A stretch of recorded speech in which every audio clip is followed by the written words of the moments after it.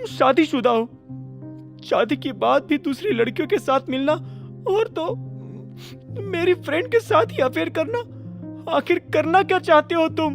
अनन्या की बात सुनकर अभिनव को थोड़ा बुरा लगा, लेकिन फिर उसने सोचा कि ये लड़की कौन सा उसे अपने पति की तरह प्यार करती थी। तुम शादी की बात कर रही हो? तुम खुद मुझे एक हस्बैंड जैसी इज्जत देती भी हो। तुम्हारा पूरा परिवार मुझसे इस तरह से पेश आता है कि मैं घर का कोई नौकर हूँ। अभिनव की शिकायत सुनकर अनन्या और भी ज्यादा चीखने चिल्लाने लगी। बकवास बंद करो, जो भी हो, पर मेरी फ्रेंड के साथ कुछ करने की हिम्मत मत करना। उसकी चीख सुनकर अभिनव भी उस पर ऊंची आवाज में चिल्ला पड़ा। मुझे कोई इंटरेस्ट नहीं है तुम्हारी उस फ्रेंड में, समझी? और अगर इतनी तकलीफ हो रही है तो उससे ही जाकर पूछ लो ना। अनन्या सिर पकड़कर कोने में बैठ गई। उससे क्यों पूछूं? वो तो सिर्फ दोस्त है, पर तुम तो मेरे हस्बैंड हो ना। उसकी इस बात को सुनकर अभिनव चौंक गया। उसने 2 बार पलक झपकाकर धीरे से पूछा, क्या? तुमने क्या कहा अभी? अनन्या ने अपने आंसू पोंछकर उसकी ओर देखा। हाँ, तुम मेरे हस्बैंड हो, इसलिए तुम इस शादी से बाहर कोई भी अफेयर नहीं कर सकते। अगर फिर भी तुम्हें ये सब करना ही है तो मैं अभी डाइवोर्स के पेपर्स ले आती हूँ। अनन्या की धमकी सुनते ही अभिनव के चेहरे पर एक फीकी मुस्कान आ गई। अच्छा, मैं अफेयर नहीं कर सकता, है ना? पर तुम उस चिराग के साथ डेट पर बाहर जा सकती हो, लेट नाइट पार्टी कर सकती हो। सिर्फ तुम्हें ही अधिकार है चीटिंग करने का, है ना? अभिनव की आवाज अब अनन्या से भी ऊंची हो गई थी, मानो उसके अंदर का टाइगर बाहर निकल रहा था। अनन्या उसके गुस्से को देखकर एक कदम पीछे जरूर हुई, लेकिन फिर उसने धीरे से कहा, ना तो मैंने उसके साथ कोई लेट नाइट पार्टी की है और ना ही उसके साथ डेट पर गई थी। कल कंपनी से निकलते ही मैं दादाजी के साथ ही घर वापस आ गई थी। अभिनव, अपने मन से कुछ भी मत सोचने लगो।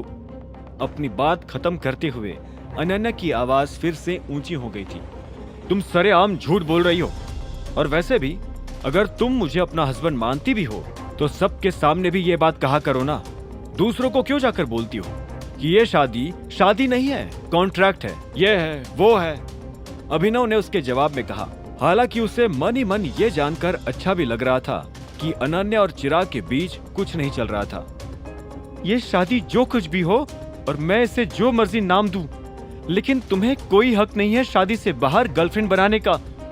तुम खुद सोचो यार, अगर मॉम को इस बारे में पता चल गया तो? अनन्या ने बात पलटने की कोशिश की, लेकिन फिर अभिनव उसकी माँ शर्मिला को लेकर भी भड़क उठा। तो क्या? वैसे भी तुम्हारी माँ को तो मैं पसंद हूँ ही नहीं, उन्हें तो चिराग को दामाद बनाना है ना। अगर उन्हें पता चल भी गया कि मैं बाहर अफेयर कर रहा हूँ, तब भी उन्हें क्या ही फर्क पड़ेगा? क्या? अनन्या चौंक गई। तुम मॉम के बारे में उल्टी बातें क्यों कर रहे हो अब? अनन्या ने आगे कहा। दोनों की ऊंची आवाजें पूरे कैबिन में गूंज रही थी। अगर वो कैबिन साउंड प्रूफ ना होता तो बिल्डिंग में भी गूंजने लगती, और फिर कई सारे लोग कई सारी बातें जान जाते। पूरी कंपनी के स्टाफ को 1 महीने तक बातें करने का टॉपिक मिल जाता। तुम्हारी मॉम है ही इस लायक, उसने मेरा क्या कहकर मजाक उड़ाया था कि मैं अनाथ हूँ। अभिनव की शिकायत सुनते ही अनन्या बगैर कोई जवाब दिए पलट गई। कुछ देर की चुप्पी के बाद ही उसने फिर से धीरे से कहा, विश्वास नहीं होता कि तुम सिर्फ चाहत के साथ अपने अफेयर को जस्टिफाई करने के लिए इतना कुछ भला बुरा बोल सकते हो। अनन्या के डाउट को अभी भी क्लियर ना होते देख अभिनव ने आह भरी और वो दरवाजे की ओर जाने लगा। तुम्हें जो सोचना है सोचो, मैंने सब सच कह दिया है। मुझे और भी काम है लाइफ में, जा रहा हूं वापस। उसको जाता देख अनन्या फिर उस पर चिल्ला पड़ी। रुक जाओ अभिनव, अभी भी ये बात खत्म नहीं हुई है। तुम्हें आज नहीं तो कल जवाब देना ही पड़ेगा, रुको। अनन्या ने उसे रोकने की पूरी कोशिश करी, लेकिन अभिनव बिना कुछ कहे कैबिन का दरवाजा जोर से बंद करते हुए वहां से निकल चुका था। अनन्या उसके पीछे पीछे बाहर आना चाहती थी, लेकिन फिर उसने सोचा कि अगर ऑफिस वाले ये नजारा देख लेते तो अनन्या का मजाक उड़ाना शुरू कर देते। वो वैसे भी कंपनी में काफी ऊंची पोजीशन पर थी और उससे हर वक्त अपने स्टाफ के सामने प्रोफेशनलिज्म मेंटेन करके ही चलना पड़ता था। गुस्से से चलता हुआ अभिनव एलेक्स कॉर्पोरेशन से बाहर आकर अपनी गाड़ी में बैठ गया।